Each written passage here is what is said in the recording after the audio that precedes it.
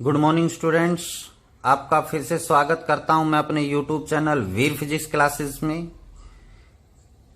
जिसमें आज हम बात करेंगे क्लास 11th यूनिट नंबर 6, जिसका नाम है ग्रेविटेशन। तो आज हम इस वीडियो में, इस यूनिट की सेकंड वीडियो के अंदर आज हम बात करेंगे ग्रेविटेशन के बारे में। फर्स्ट वीडियो जो थी उसमें हमने डिस्कस किया था केपलर्स लॉ के बारे में, केपलर्स लॉ ऑफ प्लेनेटरी के बारे में हमने डिस्कस किया था। आज की इस वीडियो में सेकंड वीडियो है, इसमें हम डिस्कस करेंगे ग्रेविटेशन के बारे में। और अगर वीडियो पसंद आए तो लाइक करना ना भूलें, चैनल को सब्सक्राइब करना ना भूलें। तो आपके पास अब हम डिस्कस करते हैं ग्रेविटेशन की डेफिनेशन के बारे में। क्या कहता है? Gravitation is the name given to force. तो यहां पर दिमाग में एक बात फिक्स कर लीजिए, जो ग्रेविटेशन है वो एक फोर्स को नाम दिया गया है। किसको नाम दिया गया है? फोर्स को नाम दिया गया है। कौन से फोर्स को नाम दिया गया है? Force of attraction between any two bodies of the universe. Means हमारा जो ये यूनिवर्स है, इस यूनिवर्स के अंदर बहुत सारी बॉडीज हैं। तो कहता है कि टू बॉडीज के बीच में एक फोर्स ऑफ अट्रैक्शन काम करता है, रिपल्सन नहीं, अट्रैक्शन काम करता है। एक फोर्स ऑफ अट्रैक्शन काम करता है, जिस फोर्स को नाम दिया गया ग्रेविटेशन। उसमें कोई भी दो बॉडी हो सकती है, एनी टू बॉडीज। क्या हो सकती हैं? एनी टू बॉडीज, कोई भी दो बॉडी हो सकती है इस यूनिवर्स के अंदर। तो यहां पर आपके पास उनके बीच में जो फोर्स ऑफ अट्रैक्शन लगता है उसे हम ग्रेविटेशन कहते हैं। और बेटा, इस ग्रेविटेशन के बारे में जो न्यूटन्स था, कौन था? न्यूटन। साइंटिस्ट का नाम आप सभी ने सुन रखा है, न्यूटन। न्यूटन ने इस ग्रेविटेशन के बारे में बताया था। न्यूटन ने कौन से सन में? 1665 में। 1665 में न्यूटन ने इस ग्रेविटेशन के बारे में बताया था कि अगर यहां पर हमारे पास यूनिवर्स है और यूनिवर्स के अंदर जितनी भी बॉडीज हैं वो एक दूसरे को क्या करती है? एक फोर्स से अट्रैक्ट करती हैं, जिसे ग्रेविटेशन नाम दिया गया। और आपने इसके बारे में बहुत सुना होगा कि ग्रेविटेशन के दिमाग, यहां पर जो ग्रेविटेशन फोर्स है, तो वो न्यूटन के दिमाग में कब आया था? कि जब उसके सर के ऊपर या उसने देखा कि एप्पल जो है वो नीचे गिर रहा है। सेब है, पेड़ से कहां गिरा? नीचे। तो उसी दौरान न्यूटन के दिमाग में आया कि ये जो एप्पल है ये पेड़ से नीचे की तरफ क्यों आया, ऊपर की तरफ क्यों नहीं गया, या लेफ्ट या राइट क्यों नहीं गया, सीधा नीचे क्यों आया अर्थ सरफेस की तरफ। तब उसके दिमाग में ये बात आई। तब उसने कहा कि जो हमारा यूनिवर्स है इसके अंदर कोई भी दो बॉडीज हैं, उन सभी बॉडीज के बीच में एक फोर्स ऑफ अट्रैक्शन काम करता है, जिसे हम ग्रेविटेशन कहते हैं। क्लियर? तो उसी से related Newton's law of gravitation कहते हैं, जिसे यूनिवर्सल लॉ ऑफ ग्रेविटेशन भी कहा जाता है। आइए बच्चों, अब हम बात करते हैं न्यूटन्स लॉ ऑफ ग्रेविटेशन, जो कि न्यूटन्स ने ग्रेविटेशन से रिलेटेड अपना लॉ दिया। तो ये लॉ क्या कहता है कि it states that every bodies in this universe attract every other body with a force which is. यहां पर रुक जाते हैं। तो अभी न्यूटन्स में मैंने डिस्कस किया कि न्यूटन्स ने कहा कि इस यूनिवर्स में जितनी भी बॉडी हैं वो हर एक बॉडी एक दूसरी बॉडी को क्या करती हैं? अट्रैक्ट करती हैं एक फोर्स से। फोर्स ऑफ अट्रैक्शन होता है उनके बीच में। तो कहता है वो फोर्स है which is directly proportional to the product of their masses. मतलब जो ग्रेविटेशनल फोर्स है वो डायरेक्टली प्रोपोर्शनल होता है product of the two bodies mass. क्योंकि दो फोर्स ऑफ अट्रैक्शन है वो किसके बीच में होगा? दो बॉडी के बीच में। तो दोनों बॉडी के मास के प्रोडक्ट के क्या होगा? Directly proportional and inversely proportional to the square of the distance between them. और उन दो बॉडी के बीच में जो डिस्टेंस होगी उसके इनवर्सली प्रोपोर्शनल होगा स्क्वायर के इनवर्सली प्रोपोर्शनल। हम डायग्राम से देख लेते हैं। जैसे हमारे पास ये कोई बॉडी है, ठीक है, जिसका मास हमारे पास है m1 मान लेते हैं, m2, m1। इसी प्रकार यहां पर एक डिस्टेंस के ऊपर दूसरी बॉडी है जिसका मास है m2। क्लियर? इन दोनों बॉडी के सेंटर से इनके बीच की जो डिस्टेंस है वो डिस्टेंस है आर। वो डिस्टेंस क्या है? आर। तो कहता है न्यूटन्स लॉ ऑफ ग्रेविटेशन के अकॉर्डिंग क्या है कि ये जो दो बॉडी हैं जिनका मास m1 और m2 है, तो कहता है कि जो ग्रेविटेशनल फोर्स होगा F वो डायरेक्टली प्रोपोर्शनल होगा product of the mass of two bodies. Means m1 m2 multiply directly proportional किसके होगा? फोर्स के, दिस ग्रेविटेशनल फोर्स के। सेकंड पॉइंट में क्या कहा उसने? And inversely proportional to the square of the distance between them. तो जैसे ये दो बॉडी, इनके बीच की डिस्टेंस कितनी आर, तो कहता है ये जो ग्रेविटेशनल फोर्स है वो inversely proportional to the square of the distance between them, यानी एफ इनवर्सली प्रोपोर्शनल होगा किसके? आर स्क्वायर के। तो अब ये बात डेफिनेशन से हो गई, ये डायग्राम। तो यहां पर दोनों बॉडी हैं वो एक दूसरे को एक फोर्स से क्या करेंगे? अट्रैक्ट करेंगे। क्लियर? जैसे ये बॉडी है, इसके ऊपर जो फोर्स होगा वो क्या होगा बेटा? F12, मतलब force on first body due to second. ये जो फोर्स होगा वो आपके पास क्या होगा? F21 होगा। क्या होगा? F21। इस मतलब force on second body due to first. तो मतलब एक बॉडी दूसरी बॉडी पे फोर्स लगाएगी, दूसरी फर्स्ट के ऊपर फोर्स लगाएगी।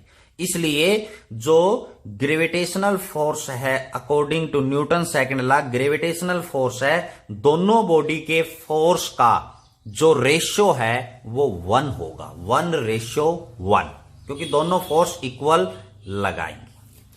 तो यहां पर जब हम इन दोनों को कंबाइन करते हैं तो यहां पर हमारे पास आता है F directly proportional to m1 m2 and divided by r square. Clear हो गया? मैथमेटिकली डिस्कशन कर रहे हैं हम इसका। अब यहां पर डायरेक्टली प्रोपोर्शनलिटी के साइन को हटाते हैं तो यहां पर आता है capital G m1 m2 divided by r square. ये तो हो गया न्यूटन्स लॉ ऑफ ग्रेविटेशन के अकॉर्डिंग ग्रेविटेशनल फोर्स। मींस इस यूनिवर्स में दो कोई भी बॉडी है उनके बीच में जो फोर्स लगेगा वो इतना फोर्स लगेगा। क्लियर? यहां पर अब बात करते हैं G जो हम लेकर आए हैं। G क्या है? एक कांस्टेंट है। G क्या है? Constant of proportionality.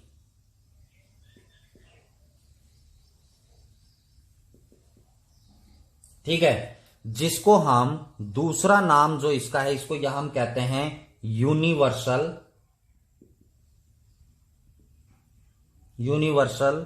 Gravitational constant. Universal gravitational constant भी हम कहते हैं। क्लियर? जिसकी वैल्यू है वो क्या रहती है? कांस्टेंट रहती है। जिसकी वैल्यू क्या रहती है? कांस्टेंट। जिसकी वैल्यू है G की वैल्यू वो बराबर होती है 6.67 इंटू 10⁻11 न्यूटन मीटर स्क्वायर पर KG square. Newton metre square पर केजी स्क्वायर। ये G की वैल्यू होती है। ये वैल्यू है G की कांस्टेंट रहेगी, चाहे आप कहीं पर भी इस यूनिवर्स में चले जाइए, इस G की वैल्यू वही रहेगी, कांस्टेंट रहेगी। ठीक है? और जो ये ग्रेविटेशन है, ये जो ग्रेविटेशनल कांस्टेंट है, ये एक स्केलर क्वांटिटी है, इसकी कोई डायरेक्शन नहीं होती है। कैसी क्वांटिटी है? Scalar quantity. क्लियर? कोई वेक्टर क्वांटिटी नहीं है, कोई डायरेक्शन नहीं है। तो यहां पर आपके पास ये कि स्केलर क्वांटिटी है। क्लियर? अब इस G की वैल्यू अगर आप निकालना चाहते हैं तो यहां पर देखिए G इज इक्वल टू इसी फार्मूले, G को इधर रखा, बाकी मैं लेफ्ट हैंड साइड ले गया, तो क्या हो जाएगा बेटा? F(r²) divided by m1 m2। ये कहां चला जाएगा? उधर ऊपर F(r²) divided by m1 m2। तो इसीलिए इसकी यूनिट क्या निकली? न्यूटन मीटर स्क्वायर पर केजी, क्योंकि फोर्स है ऊपर, फोर्स की यूनिट क्या होती है? न्यूटन। r डिस्टेंस है मीटर, तो स्क्वायर है मीटर का स्क्वायर। m1 m2 दो मास मल्टीप्लाई है तो क्या हो जाएगा? केजी स्क्वायर हो जाएगा। क्लियर? अब यहां पर आपके पास, इसलिए इसकी यूनिट यहां से क्या निकली बेटा? न्यूटन मीटर स्क्वायर पर केजी स्क्वायर। क्लियर? अब यहां पर आपसे क्या कहता है ये कि अगर दोनों मास m1 बराबर है m2 that is equal to 1 और जो डिस्टेंस है दोनों बॉडी के बीच की वो 1 मीटर है। कितनी है 1 मीटर। तो इनकी वैल्यू यहां पर रखेंगे इस ग्रेविट फोर्स फार्मूले में, तो F that is equal to किसके बराबर आ जाएगा G के। F इज इक्वल टू किसके आ जाएगा G के बराबर। तो यहां से ये डेफिनेशन लिख सकते हैं, universal gravitational constant is equal to the force of attraction between two bodies each of unit mass. दोनों बॉडी का मास कितना है, यूनिट मास है, और उनके बीच की जो डिस्टेंस है फ्रॉम द सेंटर इनके, वो भी कितनी है 1 मीटर। तो ये जो ग्रेविटेशनल कांस्टेंट है, यूनिवर्सल ग्रेविटेशन कांस्टेंट, ये किसके बराबर हो जाएगा, आपके पास ग्रेविटेशनल फोर्स के बराबर आ जाएगा। क्लियर। तो ये एक इंपॉर्टेंट टॉपिक है जिसकी डेफिनेशन और पेपर में लगभग पूछा ही जाता है। आपका कोई भी एग्जाम हो, होम के यूनिट टेस्ट हो, चाहे इस यूनिट से रिलेटेड, चाहे आपके पास फाइनल एग्जाम हो, सभी के आपके पास इस टॉपिक के बारे में पूछा जाता है। और एक इंपॉर्टेंट टॉपिक है जिसमें न्यूटन्स ने ग्रेविटेशन के बारे में बताया। इस प्रकार ये इसका फॉर्मूला है। यहां पर G की वैल्यू है वो कांस्टेंट होती है, इतनी कांस्टेंट होती है। ये एक स्केलर क्वांटिटी, इसकी यूनिट है वो ये होती है। अगर दोनों मास, बॉडी का मास यूनिट है, इनके बीच की डिस्टेंस 1 मीटर है, तो ग्रेविटेशनल कांस्टेंट बराबर होगा ग्रेविटेशनल फोर्स के बराबर। क्लियर हो गया। आइए बच्चों, अब हम बात करते हैं न्यूटन्स लॉ ऑफ ग्रेविटेशन का वेक्टर फॉर्म की। तो वेक्टर में क्या होता है इसके बारे में हम डिस्कस करते हैं। तो यहां पर हम कहते हैं कि let us consider there is a two bodies at a point A, और अनोदर बॉडी है वो कहां पर रखी हुई है, पॉइंट बी पर। क्लियर। ये 1 डायमेंशन में करते हैं, आप 2 डायमेंशन प्लेन में भी इसको कर सकते हैं। तो यहां पर दोनों बॉडीज के बीच का जो डिस्टेंस है वो आपके पास कितनी है, r। दोनों बॉडी के बीच की डिस्टेंस कितनी है, r है।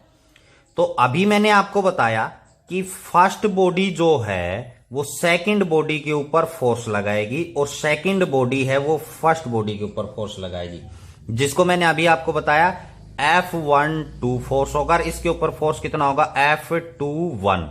मतलब force on first body due to second, force on second body due to first. Clear. इसी प्रकार बेटा डायरेक्शन में हम डिस्टेंस की बात करें तो यहां पर R12 होगी यूनिट वेक्टर की फॉर्मेशन में डायरेक्शन दिखाने के लिए, और इसी प्रकार यहां पर R21 होगा। क्लियर। इस बात का ध्यान रखना है यहां पर कि जो R12 है ये अपोजिट होता है फोर्स के। ये जो डिस्टेंस हम लिखते हैं ये क्या होती है, अपोजिट होती है फोर्स से। क्लियर। यहां पर आपके पास ये एक यूनिट वेक्टर है, सॉरी। क्लियर। तो यहां पर R12 क्या है, unit vector A to B। R21 क्या है, unit vector B to A। ये बातें हैं जो मैं बोल रहा हूं, ये आप लिख सकते हैं। नोट्स आप बना रहे हैं तो आप जो मैं बोल रहा हूं वो लिख लें कि यहां पर आप मानेंगे let us consider there is a two bodies A and B whose mass is M1 and M2, force acting on this one F12 F21। F12 is the force on first body due to second, this is the force on second body due to first, and this is the unit vector of A to B, और ये B to A है। Clear. तो यहां पर आपके पास ये आप लिख लेंगे। तो यहां पर न्यूटन्स लॉ ऑफ ग्रेविटेशन के अकॉर्डिंग जो ग्रेविटेशनल फोर्स है F, मैग्नीट्यूड फॉर्म में capital G M1 M2 divided by R square होता है, जो हमने अभी डिस्कस किया। तो इसको वेक्टर फॉर्म में आप लिखेंगे तो कैसे लिखेंगे, F12 जैसे first force on first body due to second vector. तो G तो कांस्टेंट है ही भैया, G का तो कोई वेक्टर, मास है वो भी कांस्टेंट है M1 M2। अब आ जाती है डिस्टेंस की। तो डिस्टेंस यहां पर क्या है, R स्क्वायर। तो इसको वेक्टर फॉर्म में बनाना है तो ये क्या हो जाएगा बेटा, यूनिट वेक्टर R21। जैसे मैंने अभी आपको बताया कि ये हमेशा अपोजिट होता है। कैसे होता है, अपोजिट होता है हमेशा। इस चीज का ध्यान रखना है आप लोगों ने। क्लियर। ये जो ग्रेविटेशनल फोर्स है F12, तो यहां पर क्या आएगा, R21 आएगा। क्लियर। अब यहां पर हम इसके आगे नेगेटिव साइन भी लगा सकते हैं। क्या लगाएंगे, माइनस साइन। क्यों लगाएंगे माइनस साइन, क्योंकि यहां पर आपके पास क्या है कि ये जो ग्रेविटेशनल फोर्स है और ये जो डिस्टेंस है दोनों आप अपोजिट डायरेक्शन में होते हैं बेटा। इसलिए यहां पर ये नेगेटिव साइन लगाया गया है। तो ये फोर्स क्या हो गया, F12। इसी प्रकार आप क्या लिखेंगे बेटा, F21, क्या लिखेंगे, F21 that is equal to minus capital G M1 M2 divided by R square, और यहां पर यूनिट वेक्टर क्या आ जाएगा, R12 आ जाएगा। ये इसके क्या हो गया, अपोजिट हो गया। ये force on second body due to first, ये force on first body due to second body. Clear. अब यहां पर हम क्या देख रहे हैं, अगर इसमें बात करें R12 या R21 दोनों क्या होंगे, बराबर होंगे। किसके बराबर होंगे, R के। बोलो होगा या नहीं होगा। यहां पर मैग्नीट्यूड ऑफ R12 बराबर होगा मैग्नीट्यूड ऑफ R21, यानी दोनों का मैग्नीट्यूड क्या होगा, बराबर होगा। क्लियर। इसलिए यहां पर आपके पास क्या है, हम क्या लिख सकते हैं, ये तो एक वेक्टर फॉर्मेशन, मैग्नीट्यूड है वो क्या होगा, बराबर होगा। क्लियर हो गया। तो यहां पर आपके पास हम कैसे लिख सकते हैं, देखिए फोर्स F12 बराबर होगा, ये रहा force minus G M1 M2 divided bye, ये मैग्नीट्यूड में ना, तो इसको इस प्रकार लिख सकता हूं मैं, R21 वेक्टर, ये मैग्नीट्यूड का स्क्वायर, तो ये मैग्नीट्यूड ही हो गया, इनटू क्या ले रखा है, unit vector, R unit vector 21। Clear. इसको आप, ये मैग्नीट्यूड में है, ये यूनिट वेक्टर है, तो इसको आप क्यूब में भी बना सकते हैं, जो मैं आपको बता दूंगा। तो यहां पर F लाइकवाइज F21 लिखेंगे, जो कि minus G M1 M2 divided by magnitude of R12 vector, और ये magnitude into R unit vector 12। तो ये क्या हो गया, वेक्टर फॉर्मेशन में हो गया। अब यहां पर जो R यूनिट वेक्टर है R12, वो बराबर होगा माइनस R21, क्योंकि इनकी मैग्नीट्यूड में वैल्यू कैसी है, R12 R21 की बराबर है, लेकिन यहां पर डायरेक्शन दोनों की कैसी होगी, अपोजिट होगी। ये A टू B है, ये B टू A है। क्लियर। तो इसकी डायरेक्शन कैसी होगी, अपोजिट होगी यहां पर। तो इसलिए जब ये अपोजिट होगी तो बेटा एक की जगह आप कुछ भी लिख सकते हो, ठीक है ना। जैसे मैं सेकंड का ही ले लेता हूं, F21 is equal to minus capital G M1 M2 divided by R12 की जगह क्या लिख सकता हूं मैं, R21 वेक्टर, ये मैग्नीट्यूड का स्क्वायर। क्लियर। इसी प्रकार यहां पर क्या लिख सकता हूं मैं, R21 यूनिट वेक्टर, लेकिन ये किसका साइन लगेगा यहां पर, माइनस, ये माइनस हो जाएगा, तो यहां पर आप minus R21 unit vector, minus का साइन लगाएंगे आप यहां पर, तो यहां पर माइनस का हो जाएगा। तो यहां पर F21 वेक्टर किसके बराबर, माइनस माइनस क्या हो जाएगा यहां पर, प्लस, तो क्या हो जाएगा, capital G M1 M2 divided bye R21 vector का मैग्नीट्यूड का स्क्वायर इनटू क्या हो जाएगा, R21। क्लियर। तो ये किसके बराबर हो गया यहां पर अगर आप इसको कंपेयर करें तो ये किसके बराबर आ गया, F12 के बराबर। देखिए गौर से, और माइनस में आया, यहां प्लस आ गया, ये किसका है, माइनस का। तो इसलिए यहां पर F12 फोर्स है वो बराबर होगा माइनस F21 के, मतलब इक्वल एंड अपोजिट होते हैं, जिससे Newton's third law of motion है वो भी आप यहां से, जैसे आपसे कहे कि Newton's third law of motion है वो आप यहां से एक्सप्लेन कीजिए, तो वो भी आप यहां से क्या कर सकते हैं, एक्सप्लेन कर सकते हैं। क्लियर हो गया या नहीं हुआ, समझ गए। मैंने क्या किया है, यहां से ये दोनों फोर्सेस आ गए, ये वेक्टर फॉर्म में।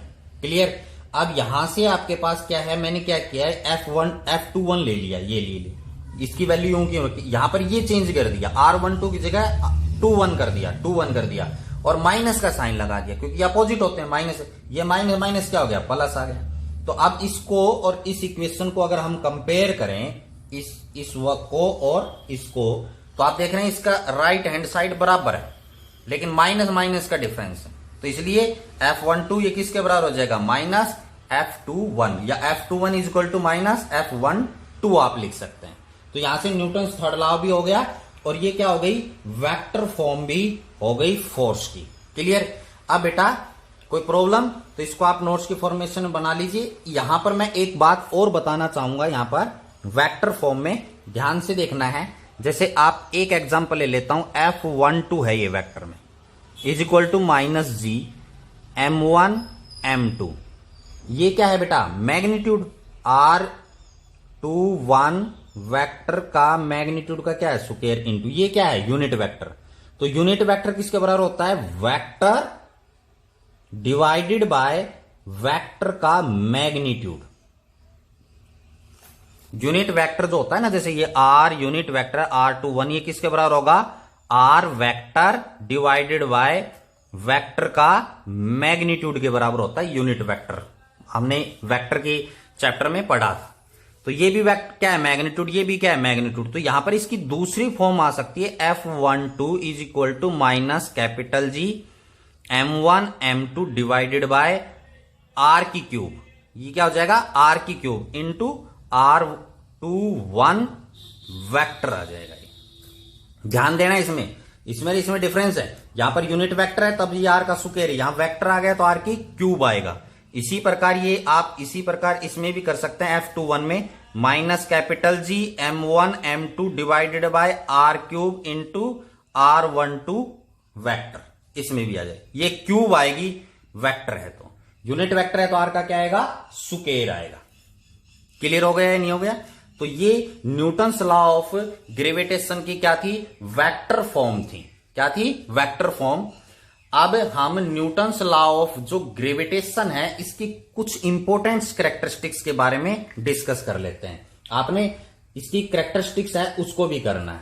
तो जैसे एक आपके पास है कि जो न्यूटन्स लॉ ऑफ ग्रेविटेशन है, यानी ग्रेविटेशनल फोर्स है, वो एक कंजर्वेटिव फोर्स है।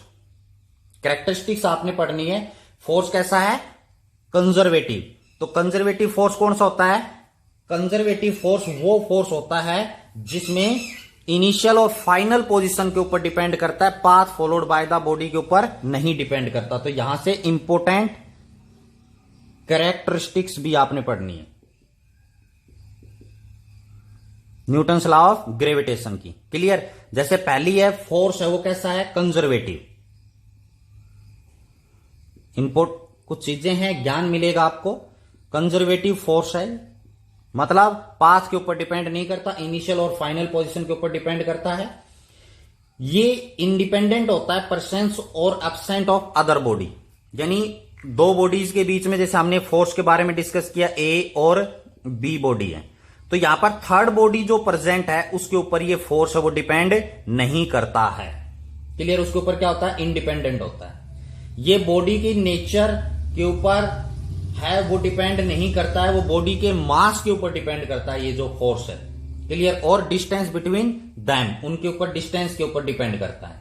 ये जो फोर्स है वो action is equal to minus reaction होता है। मतलब Newton's third law of motion इसमें होता है। जैसे अभी हमने डिस्कस किया वेक्टर फॉर्म में, F12 बराबर होता है माइनस F21 के।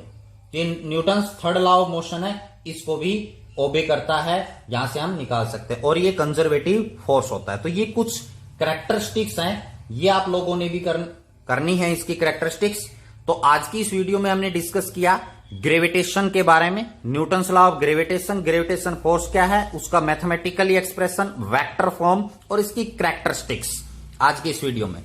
तो अगर मेरी वीडियो पसंद आई हो तो लाइक करना ना भूलें और चैनल को सब्सक्राइब करना ना भूलें। आज की वीडियो में इतना ही। Thank you and have a nice day.